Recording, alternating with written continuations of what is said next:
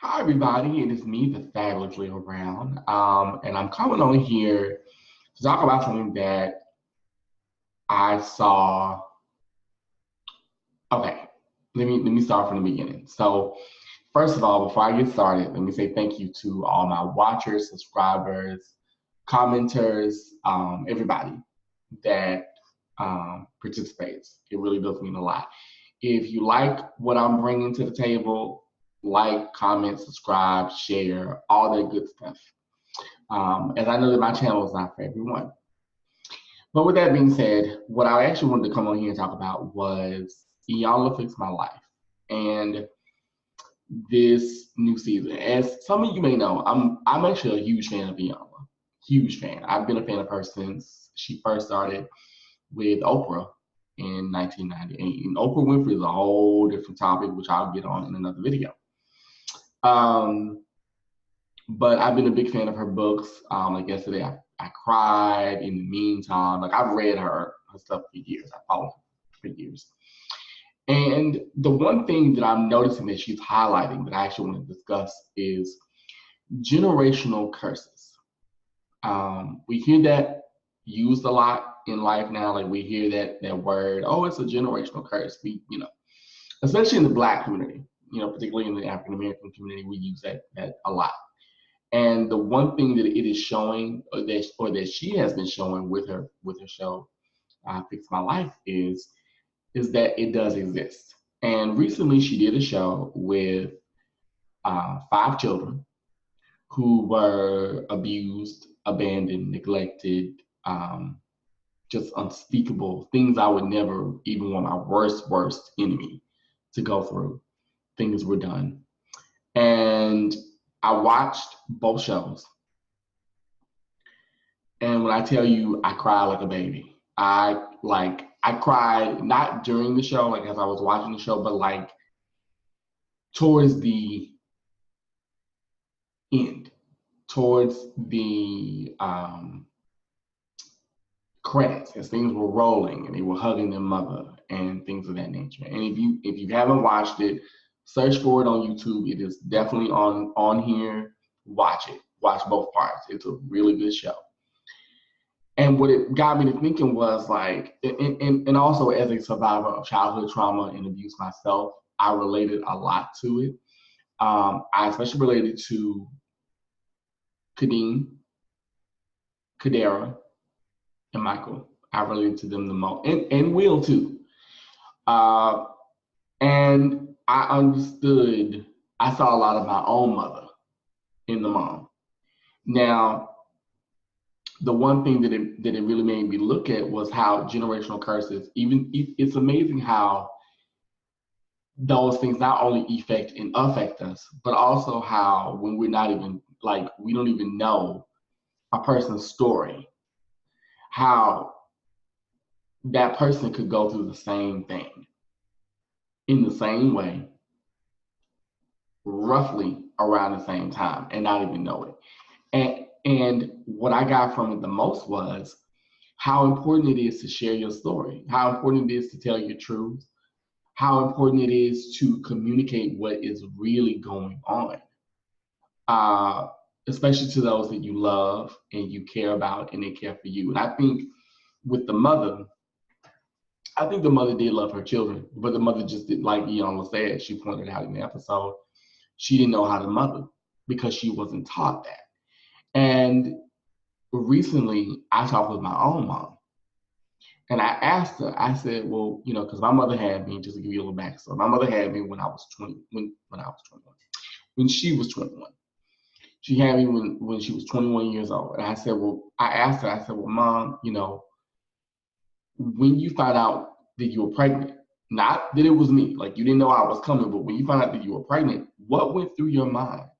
What went through your heart? Like, what were you going through emotionally that nobody knew?" Because I really wanted to understand my mother as a woman and figure out, like, well, why are you the way you are? Why do we do things the way we do? Like, what went down?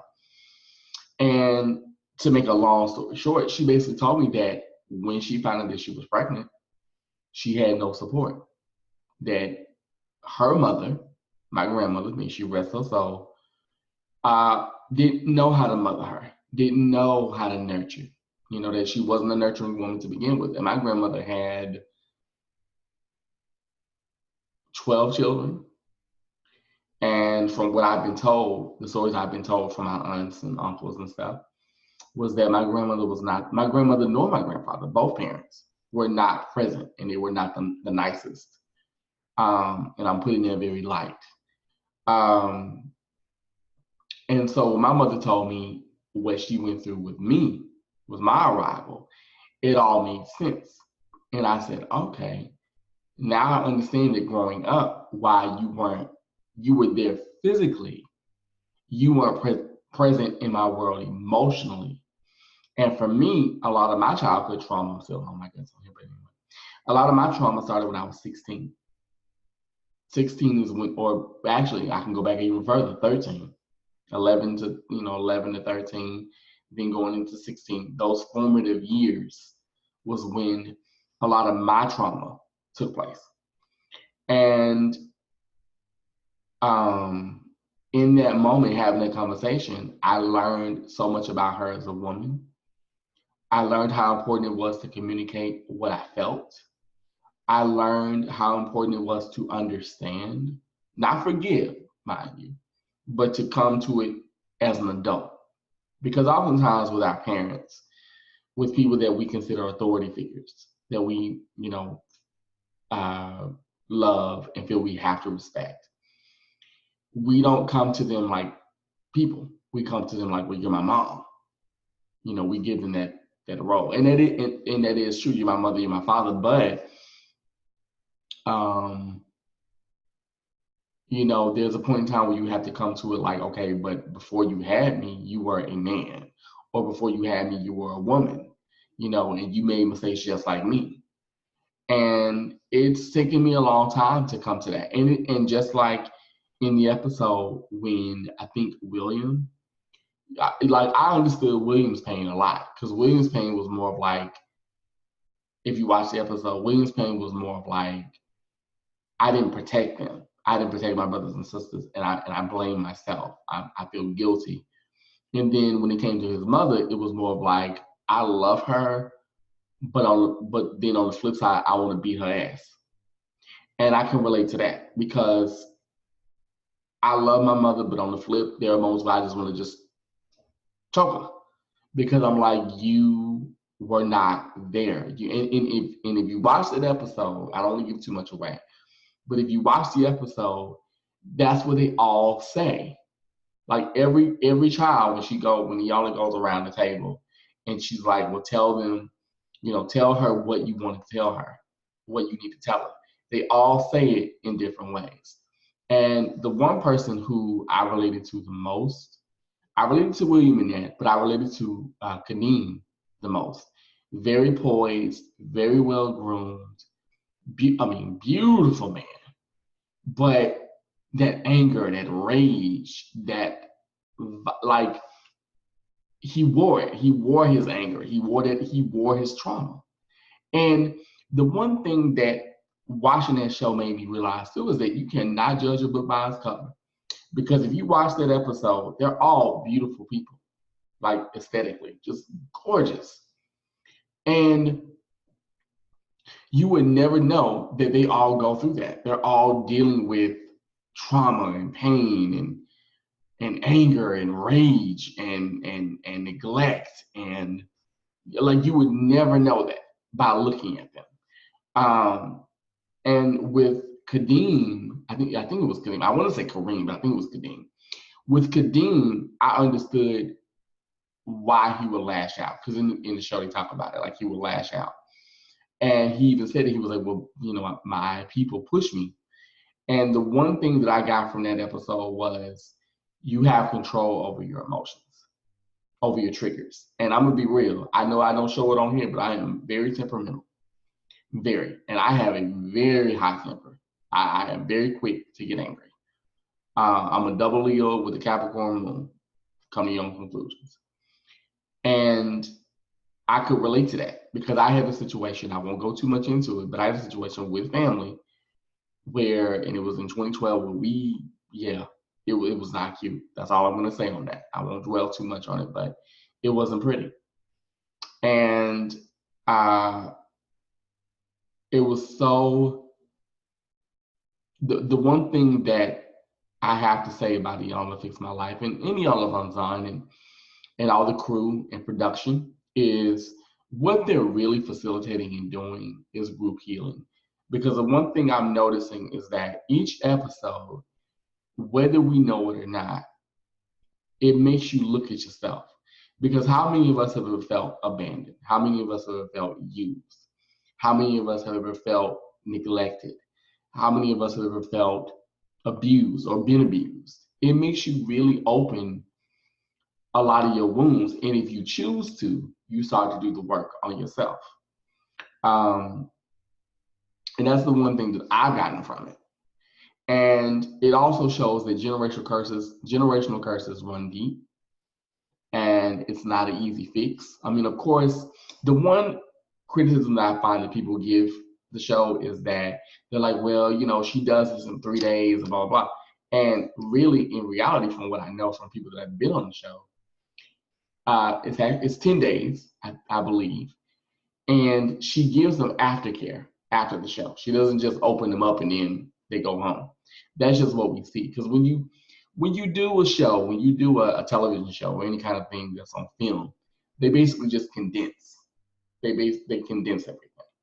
And I'm not saying that Iyanla is the be all end all. She's not. But I think what she's doing is saying to the public is saying, I'm going to use these people as a mirror so you can look at yourself. And then from there, you can, as she says, you can start to do the work on yourself. But the thing of it is, a lot of us don't want to do the work. A lot of us want to watch Iyanla Fix My Life and be done. And it's like, no, get your ass to a counselor, get a therapist, start journaling, start meditating, do past life regressions, do whatever you have to do to heal yourself. She's just using her brand and what she does as a catalyst. She's not saying, well, you watch my show and I'm going to, fix your life. She's saying, okay, I'm here to help you do your work, which means I'm going to help you start the journey. You complete the journey on your own. And I think that's where a lot of people get her mixed up. And you can tell that she doesn't do this just for TV. That was evident with the other show she did, with the one where they were engaged, which, and that's another thing to bring up too, is that oftentimes with healing, the one thing that I will give this show that I actually like is that it shows you that people normally are resistant to people. Well, not normally, people are resistant to healing. That healing is not easy. Healing makes you really go within yourself. Healing, and you have to be ready to heal. You have to be ready to, and not only heal your stuff, but deal with your stuff, and feel it and think it and sense it and speak it out and speak it through. And a lot of us are not ready for that. But getting back to generational curses, the one thing that I got from that is that you never can judge a book by its cover. Because like I said, I would have never thought as beautiful as all of them were, even the mother, that they were going through that. Like you never know what a person's really dealing with, you see? And you never really know, we don't know the impact that one thing one person can do in the family, how it will affect that family for years to come. Because I can look at my own grandmother and go, wow, you affected my mother, which in turn that affected me, which in turn that affected my, my sibling, which, you know what I mean? And how it goes on and on and on. But also, the one thing about it is that you have to make a choice to stop it, either within yourself or within your family. I recommend that you start it with you first, because I think people don't do that. We think we gotta we gotta go to the mom. Yeah, you do, but first start with yourself. Start with you, and then go to the root. and figure out why. And this is why, even as a reader, as a psychic, as a life coach, I tell people, get counseling. I've been counseling myself because I'm human, just like you. I have issues too. So let me get some counseling. Let me work on me. Let me do my work that I have to do. Because how could I help you if I don't help myself? That's just common sense. But for some, common sense is not common. So this particular show really hit home for me. This particular show really made me think, which is, I think, is her goal. I honestly think that she deserves accolades. And I know that maybe for her, she does not care about that. That's not her intention. And that's one thing I will give her that I like, is that for her, this isn't about just doing television. Or it is, but it's about doing a different kind of TV. And it's funny because now I'm just kind of ranting, but it's funny because when I was being offered television, because this was like during the Long Island medium craze, and when I was being offered TV, I would often say, I want to show like Iyanla Fix My Life. I don't want to show, like, no disrespect to her, no shade to Teresa, but I don't want to show Teresa or Kim or Tyler or any of them, but I don't want to show like the Long Island medium. I don't want a carbon copy of that, because that's not healing TV. That's, to me, that's not life-changing television. That's not something that makes you look at yourself. That's, oh, well, we're going to meet a celebrity, and they're going to cry for about 10, 15 minutes, and then we're going to go to another one, and then we're going to cold read, and then we're going to meet regular Joes, and they're going to cry, and that's it. And then you're going to have a stereotype of what psychics and mediums do. And that's not true, because a lot of psychics and mediums are different, and blah, blah, blah, and it's not TV, and things like that. So for me, I would always tell them, well, not always, but I started to tell them no, because I was like, I don't want to do gimmicky TV, because I'm not a gimmick. I do this because this is what I was called to do. And not only that, it's what I love to do. So I don't want to be a gimmick. Okay. And I would say, and production would often ask, well, what kind of television show, if you had your way, what kind of show would you do? And I would always say, I want to do like Iyanla Fix My Life. I want to do that kind of show. I want to do life-changing television. I want to show that being a medium, being a psychic, and being a life coach, you really are when they come to you, you really are in that moment. You have their life and you have their life and their issues in your hands. And I want to show people that it's not always fun. It's not always easy. It's not always positive. And that there are layers upon layers upon layers of things, like Iyanla is trying to highlight now with the generational curses, that you have to work through and work on. So I applaud Iyanla. I applaud the producers and crew and everybody for doing what they're doing, because they're doing life-changing TV. They're holding up a mirror and making you look at yourself.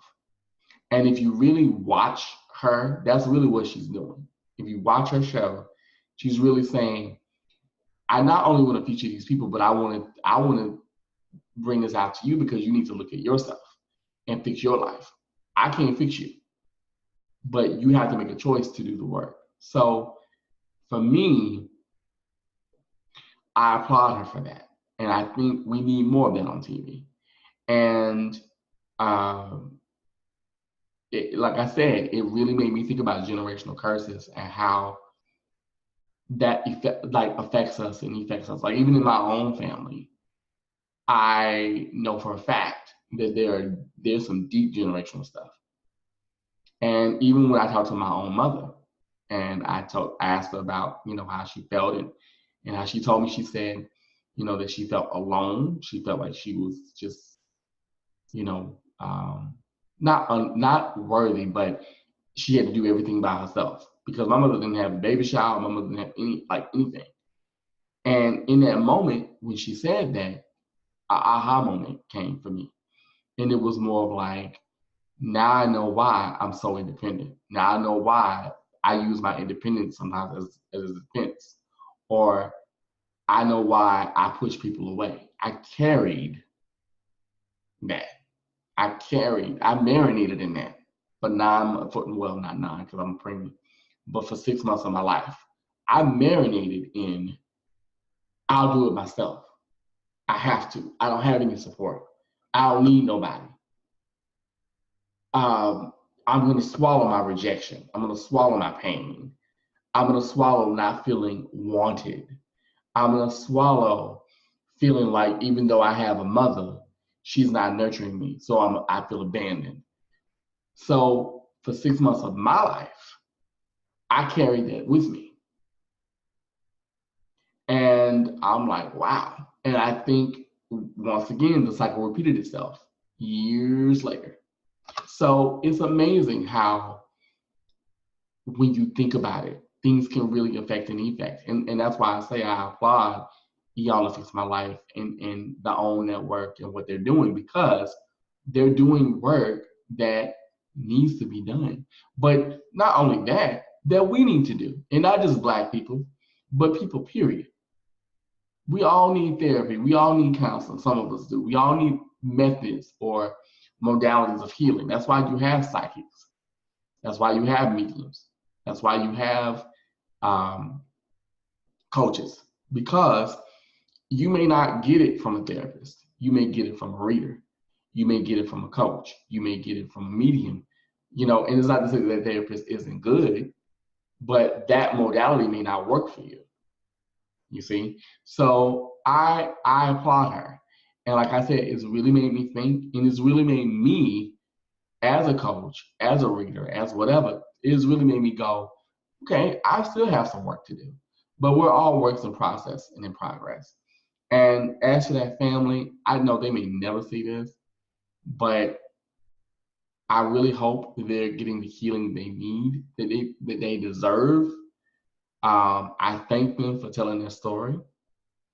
I, especially Kareem and Kadera and Michael and Will, the ones I identify with and related to the most. Thank you for being so brave, because that takes courage to get on a national platform and just be naked in front of the world. And we only know what we're seeing.